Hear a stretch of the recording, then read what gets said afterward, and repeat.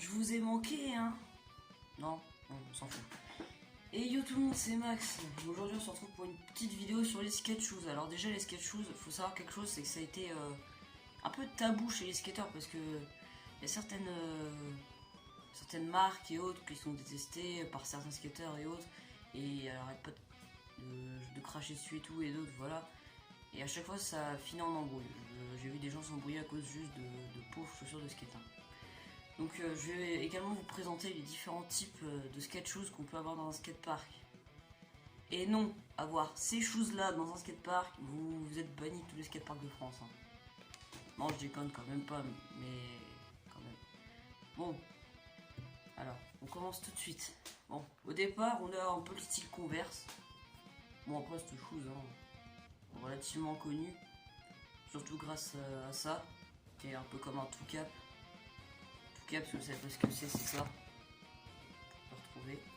Ça permet de faire des kickflips plus longtemps si on aime vraiment le flip. Ça a été fait par beaucoup de chaussures. Enfin, surtout chez Vans, le Ollie Cap et le Two Cap.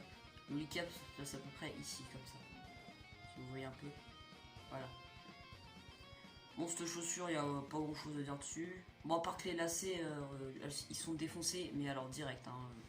Vos lacets, vous pouvez directement y dire adieu. Bon, on passe direct à la chose suivante. Bien. Bon, la chose de type canvas, on va dire. Alors cette chose là, bon, c'est pas une chose de skate, hein. Je prends des choses d'occasion un peu parce que sinon, elle est pas mon porte-monnaie. Bon, ça, bon, en soi, il n'y a pas grand chose à dire dessus. Si, ça, le vieux trou là. Bon, ça, on va rip, hein. Tant pis, on skate et on skate. Bon, par contre, cette semelle là, je peux vous dire que pour agripper un grip, bah, c'est mort, hein. Vous êtes eu. Bon, par contre, un petit avantage, c'est que les lacets sont assez hauts, ils cassent relativement moins vite. Mais le problème, c'est que si vous serrez mal votre chose, elle va littéralement se casser. Vous faites un grattage et si vous voulez genre partir en kiff, vous faites comme ça. Bah, la chose, si vous l'avez mal serrée, bah, elle peut partir partout dans le skatepark et la merde. C'est pas cool. Bon, petit avantage, oui, tout cap, ça je vous l'avais dit tout à l'heure. Bon, après, de ce côté-là, il n'y a pas trop d'utilité. On passe direct à la chose suivante. Bon, voilà, la chose de type, voilà, montante. Alors cette chose là, c'est la chose que j'utilise actuellement. Avant, je sais pas pourquoi je détestais les chaussures montantes parce que ça me faisait mal la cheville. Mais celle-là, franchement, ça va parce que c'est assez souple en soi. Et la semelle également, enfin c'est un peu ce qu'on recherche chez une skate shoes. Bon là, je vous ai pris le côté avec laquelle je grattais tout et je remarque un truc, c'est que les pro skate tiennent relativement bien la route, regardez. Il n'y a quasi pas des raflures à part là. Non, franchement, cette chose sert bien. Bon, par contre, j'ai jamais compris, il y a un trou ici. J'avais ça aussi sur des chaussures à moi. Sur les anciennes chaussures. Ouais, bon, après, la semelle, voilà, c'est. Bon, bien sûr, j'ai caché ça parce que sinon, je vais prendre des façons de produits, ça va pas le faire. Voilà, pour ça. Ça grippe relativement bien. Et puis, un autre petit avantage, c'est le scratch. Aussi, qui peut protéger une partie des lacets parce que regardez sur le web, bon, ça, hein, on peut carrément l'enlever, mais il y a encore les lacets qui restent à découvert, donc il y a vraiment très peu de lacets qui peuvent péter avec ça. Bon, bah on passe direct à la chose suivante. Bon, la chose slip-on. Bon, celle-là, il n'y a rien d'autre à dire dessus. Si vous l'avez avec un two cap et un ollie cap en même temps, bah, c'est bon, vous avez la meilleure chose du monde.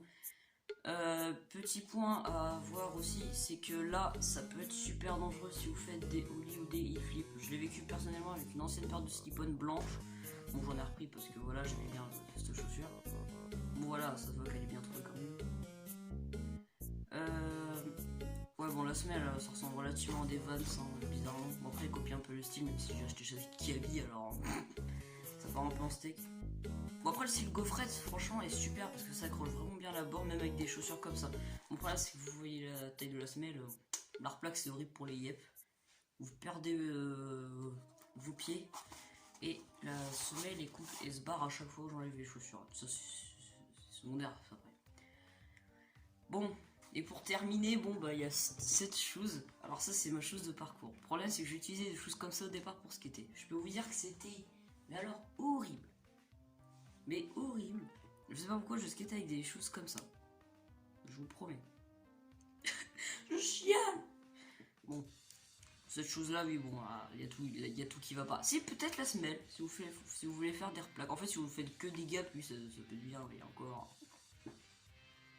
Question grattage avec les trucs comme ça, juste pour décorer, bah, ça va s'éclater en 2 secondes. Les coutures ici, je t'en parle même pas. Tu vas t'en retrouver qu'un trou aussi gros qu'un trou noir.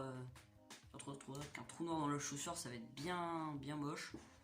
Bon, par contre, ce truc bien, c'est les lacets. Je pense que je vais les changer pour les mettre sur mes Nike SB parce que je sais pas. Bon, bah, c'était tout pour cette vidéo. Moi, je vous dis salut tout le monde.